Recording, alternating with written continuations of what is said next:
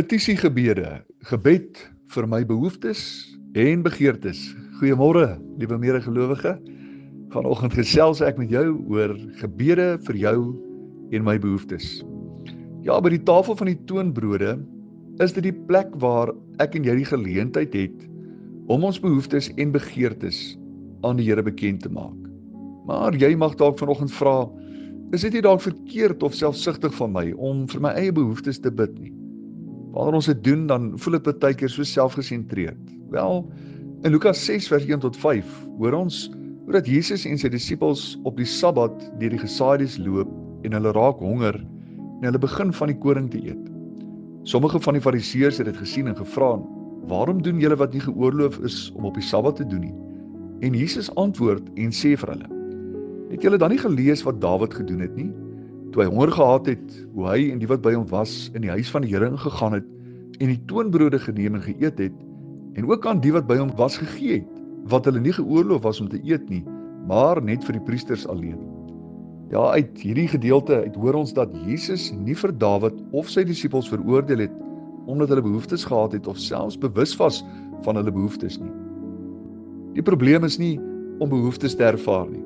Die vraag is eerder, na wie toe gaan ons wanneer ons behoeftes het, en na wie toe gaan ons om dit te bevredig? In Matteus 6 vers 32 sê Jesus, want julle hemelse Vader weet dat julle al hierdie dinge nodig het. Reg kan ons by hierdie aansluiting vra, maar as die Here dan weet wat my behoeftes is, waarom moet ek dan nog steeds my behoeftes na hom toe neem? Wel, dit gaan alles oor 'n verhouding. Dink maar aan jou eie verhouding met jou aardse vader. Terwyl jou vader in die vlees baie goed weet van die behoeftes wat jy het, is dit steeds 'n normale en 'n wesenlike aspek van verhouding dat kinders wat van hulle ouers afhanklik is, hulle behoeftes aan hulle ouers kommunikeer. Die blote feit dat ons behoeftes en begeertes in gebed na ons hemelse Vader neem, spreek juis van die feit dat ons van hom afhanklik is en dat ons glo dat hy in staat is om vir ons te voorsien en te onderneem.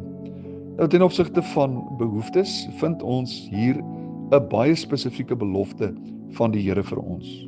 Daarom Filippense 4 vers 19 sê Paulus, en my God sal elke behoefte van julle vervul, na sy rykdom in heerlikheid deur Christus Jesus ons Here.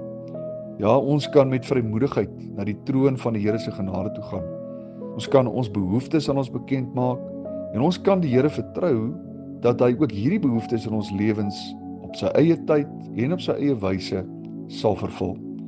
Ek wil jou nooi om vanoggend die oë saam met my te sluit en dan bid ons saam. Ons liefdevolle Hemelvader, baie dankie dat die woord vir ons leer dat ons al ons behoeftes en Here ook al ons begeertes en gebed en smeking met danksegging aan U bekend mag maak. Here, dankie dat selfs nog voordat ons behoeftes aan U bekend maak, dat U reeds weet wat dit is, maar Here, steeds nooi U ons om dit na U te bring.